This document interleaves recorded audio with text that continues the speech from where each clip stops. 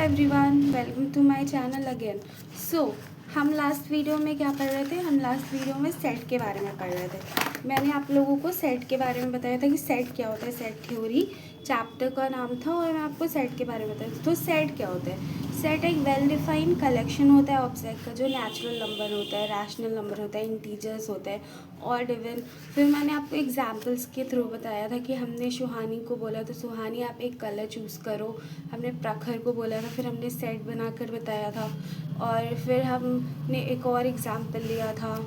अगर आप लोगों को इस वीडियो के बारे में पढ़ना हो तो प्लीज़ मेरे चैनल पे जाके मेरा नेक्स्ट वीडियो देख लेना आप लोग। सो आज हम लोग पढ़ेंगे रिप्रेजेंटेशन ऑफ सेट्स, जिसका फर्स्ट टॉपिक पढ़ेंगे हम रोस्टर और टैबुलर फॉर्म के बारे में। तो मैं आप लोगों को रोस्टर और टैबुलर फॉर्म के बारे में पढ़ाऊँगी, ठीक है। So let's get started. So what is a roster और टैबुलर फॉर्म? रोस्टर और टैबुलर फॉर्म जो होता है, it's a representation of sets. Roster और टैबुलर फॉर्म जो होता है उसको हम कहते हैं रिप्रेजेंटेशन ऑफ सेट, जो सेट का रिप्रेजेंटेशन करते हैं। और ये हमेशा जो रोस्टर और टैबुलर फॉर्म होता है इसको हम ब्रैकेट के थ्रू बताते हैं, ब्रेसेस के थ्रू। ब्रैकेट मीन्स ये देखो आप लोग, इट्स अ ब्रैकेट। हमें हमेशा रोस्टर और टैबुलर फॉर्म को इसके वे में बताना पड़ता है। तो अब मैं आप लोगों को नेचुरल नंबर पे बताती हूँ। अगर एक सेट होता है, उस सेट का दिया वो नेचुरल नंबर पे दिया हुआ या फिर कोई भी अदर नंबर को लेकर दिया हो, लाइक रैशनल और इवन एक्सेट्रा, तो भी हम उसको हमेशा ब्रैसेस के थ्रू ही बताएंगे। बिना ब्रैकेट का हम रोस्टर और टैबुलर फॉर्म को शो नहीं कर सकते। अब हम एक एग्जांपल लेते हैं, जैसे कि right the element of equation representation x square plus x minus 2 is equal to 0 in a set form. So ये क्या होता है? ये एक क्वाड्रिक इक्वेशन है, ये एक क्वाड्रेटिक इक्वेशन है। तो इसको हम बताएंगे सेट के फॉर्म में। नोट करो, आप इसको नोट कर लेना आप लोग। If we show as natural number they are given as a set braces 1 2 3 5 6 dot dot dot n braces, इसको कहते हैं हम एलिमेंट ऑफ सेट। अगर आपको ये ऐसा दिया होगा क्वेश्चन में, ए दिया हो, ए लिखकर ब्रैकेट बनाकर पूरा लिखा हो, कुछ भी दिया हो सकता है, तो ये तो मैं नेचुरल नंबर पे बता रही हूँ, तो हम उसको कहते हैं एलिमेंट ऑफ सेट। कोई भी दिया होगा, अदर भी नंबर होगा, उसका भी अगर ऐसा बना होगा तो उसको हम एलिमेंट ऑफ सेट्स ही बोलेंगे। उसके बाद हम इस इक्वेशन के बारे में आपको बताएंगे आगे जाके। मैं आपको इस इक्वेशन के बारे में बताऊंगी पूरा कैसे बनता है, इस इक्वेशन को कैसे बनाया जाता है। तो ये एक क्वाड्रेटिक इक्वेशन है, इसमें से रूट्स निकाले जाते हैं, ठीक है। ये होता है, ये आप पढ़ो, रोस्टर फॉर्म और tabular form. Form represented the value of the set in its normal form. एक सेट होगा n का, देखो रोस्टर और टैबुलर फॉर्म जो होता है वो रिप्रेजेंट करता है वैल्यूज़ को सेट के नॉर्मल फॉर्म में। जैसे कि एक नेचुरल नंबर हो गया, नेचुरल नंबर में अगर नेचुरल नंबर दिया हो वहाँ पे अगर ऐसे बना होगा bracket 1 2 3 4 5 dot dot dot n, तो ये एक नेचुरल नंबर। अगर एक सेट रैशनल नंबर में दिया होगा तो रैशनल नंबर में ऐसे दिया रहेगा फ्रैक्शन में 1/2 1/3 1/4 1/5 dot dot dot 1/n bracket. जहाँ पे जो q होगा वो ज़ीरो के इक्वल नहीं होगा। रैशनल नंबर में अगर p/q दिया रहेगा तो q कभी भी ज़ीरो से इक्वल नहीं रहेगा। ये आप हमेशा याद रखना कि रैशनल नंबर में p/q कभी भी ज़ीरो से p/q में q कभी भी ज़ीरो से इक्वल नहीं होगा। फॉर कोई भी कुछ भी हो जाए, किसी भी चांस में नहीं होगा। So now we talk about this equation. ये जैसे एक इक्वेशन दिया हुआ है x2 + x - 2 is equal to 0, तो हमने इसको बनाया x + 2 - 1।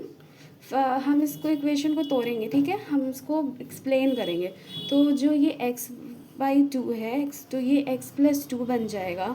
फिर हम -1 ले लेंगे और ये तो हम कॉमन ले लिए, फिर x + 2 हो जाएगा, क्योंकि ये माइनस हमने यहाँ से माइनस लिया, ये 1 लिया यहाँ पे तोड़कर, तो ये माइनस हो गया, माइनस माइनस प्लस, तो ये x प्लस 2 इजिकल टू 0 हो जाएगा। फिर हम यहाँ पे लेंगे, ये हम इसको लेंगे, ये x को इससे लेंगे, 2 तो कॉमन हो गया, x बाई माइनस 1, फिर x प्लस 2 इजिकल टू 0।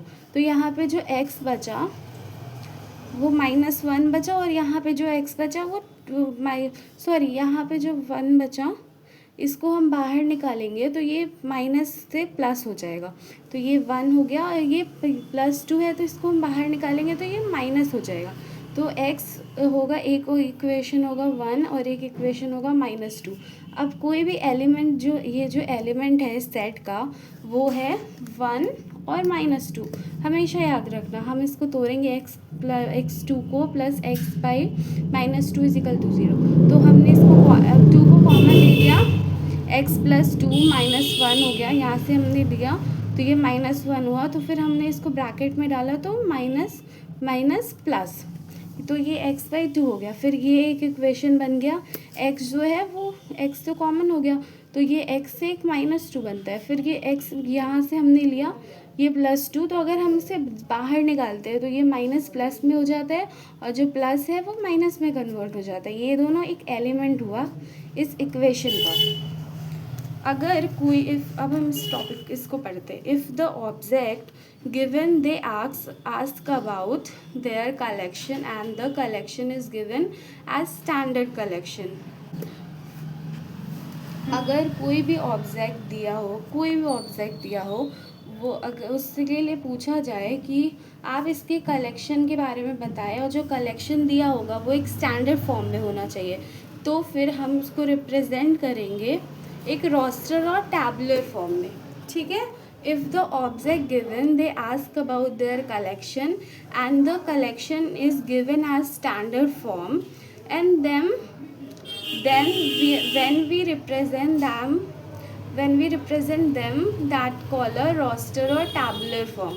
अगर कोई भी ऑब्जेक्ट दिया हो उसके बारे में हमें बोले कि आप इसके कलेक्शन को एक स्टैंडर्ड फॉर्म में बताओ, और फिर जो उसको रिप्रेजेंट करते हैं उसको कहते हैं रोस्टर और टैबुलर फॉर्म।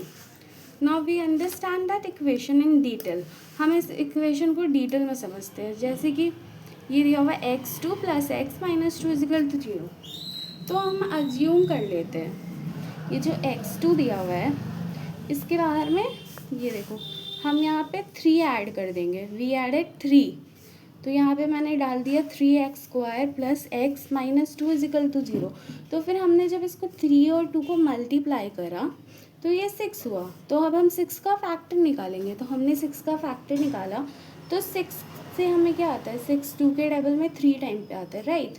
फिर 3 से 3 के टेबल में 1 टाइम में आता है, तो फिर जो ये 3 और 2 रहेगा इसको हम माइनस करेंगे, राइट, और फिर हम इसको इनटू भी करेंगे, तो ये 1 हो गया और एक 6 हो गया। तो हम इसके बाद एक इक्वेशन बनाएंगे 3x² plus x minus 2 equal to 0। तो 3x² से प्लस कर दिया हम, 3x² माइनस 2xy, हमने इस दोनों को माइनस किया तो एक x बचा, राइट। फिर ये -2 फिर 0 हो गया। फिर हम इसे कॉमन ले लेंगे, ये 3x², 3x ये 3 हो गए, ये कॉमन हो गया। फिर -2x minus 2x minus 2 equal to 0। फिर हमने कॉमन लिया था तो हम 3x को बाहर ले लेंगे, फिर x, तो यहाँ पे एक x हुआ प्लस 1 हुआ क्योंकि हमने इसको कॉमन लिया था, तो फिर ये -2 हुआ, फिर ये x plus minus minus plus 2, तो फिर ये एक बना 3x से -2 करेंगे तो, और ये एक इक्वेशन बनता है x प्लस 1 करेंगे तो 3x माइनस 2 करेंगे तो 0, यहाँ पे 0, और x माइनस 1 x प्लस 1 को ले लेंगे इज इक्वल टू 0। फिर हम 3x माइनस 2 को करेंगे तो यहाँ पे 3x माइनस 2 करते हैं तो हम यहाँ पे हमको बचता है ये जो x है ये बाहर आ जाता है, फिर हम ये 2/3 होता है, तो ये माइनस था तो ये ऊपर चला गया, तो ये फ्रैक्शन वे में चला गया तो ये प्लस में आ गया, 2/3 हो गया। तो जो और यहाँ पे जो x प्लस 1 था इसको अगर हम कन्वर्ट करते हैं तो ये प्लस था तो ये माइनस में चला गया। तो यहाँ पे जो क्वाड्रेटिक इक्वेशन बनता है वो एक बनता है 2/3 और एक -1, ठीक है। तो आज के लिए बस इतना ही। तो आई होप आप लोगों ने अच्छे से समझा हो। तो मैं एक बार और क्विक रिवीजन दे देती हूँ। ठीक है, आज हमने पढ़ा था रोस्टर और टैबुलर फॉर्म के बारे में। ये जो होता है, ये रोस्टर और टैबुलर फॉर्म होता है, ये रिप्रेजेंटेशन होता है सेट्स का। इसको हमेशा कोई भी नेचुरल नंबर हो या फिर कोई अदर नंबर हो दिया हो, उसको हम हमेशा ब्रैकेट में ही बताते हैं। This is the bracket, bracket बोल लो, ब्रेसेस बोल लो। विदाउट ब्रैकेट का हम रोस्टर और टैबुलर फॉर्म को नहीं बता सकते।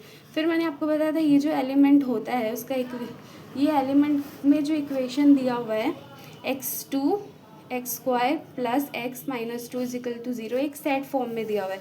इसको हम क्वाड्रेटिक इक्वेशन कहते हैं। और इस क्वाड्रेटिक इक्वेशन से हम रूट्स निकालते हैं। और जो भी अगर आपको दिया रहेगा ए ब्रैकेट में, जैसे ये दिया हुआ है 1 2 3 4 5 6 डॉट डॉट डॉट n, तो ये एक एलिमेंट होता है। ये सेट ये ना सेट का एलिमेंट होता है। ठीक है, रोस्टर और टैबुलर फॉर्म को मैंने बताया था रिप्रेजेंट कैसे करते हैं। नॉर्मल फॉर्म में करते हैं, जैसे नंबर नेचुरल नंबर का होता है तो उसको ऐसे रिप्रेजेंट करते हैं। अगर रैशनल नंबर दिया हुआ तो उसको फ्रैक्शन में बताते हैं, जहाँ पे जो p/q में जो q होता है वो 0 के इक्वल नहीं होता है। फिर मैंने आप लोगों को इस इक्वेशन के बारे में बताया कि हमने कैसे शॉर्ट फॉर्म में निकाला था। फिर मैंने आपको बताया कि अगर कोई भी ऑब्जेक्ट दिया रहेगा, पूछेगा कि उसके कलेक्शन, और जो कलेक्शन होगा वो स्टैंडर्ड फॉर्म में बताना है, तो इसको रिप्रेजेंट करना है, उसी को कहते हैं रोस्टर और टैबुलर फॉर्म। फिर मैंने आपको ये इक्वेशन पूरा डिटेल में बताया था कि कैसे हम इस इक्वेशन को निकालेंगे, कैसे क्या करना है। पूरा मैंने आपको डिटेल में बताया था कैसे हम अज्यूम करते हैं, फैक्टर्स करते हैं, फिर सब करते हैं, फिर ये टोटल, और फिर इसका कैसे, इसका एक एलिमेंट निकला है 2/3 और एक -1। तो आज की वीडियो में इतना ही।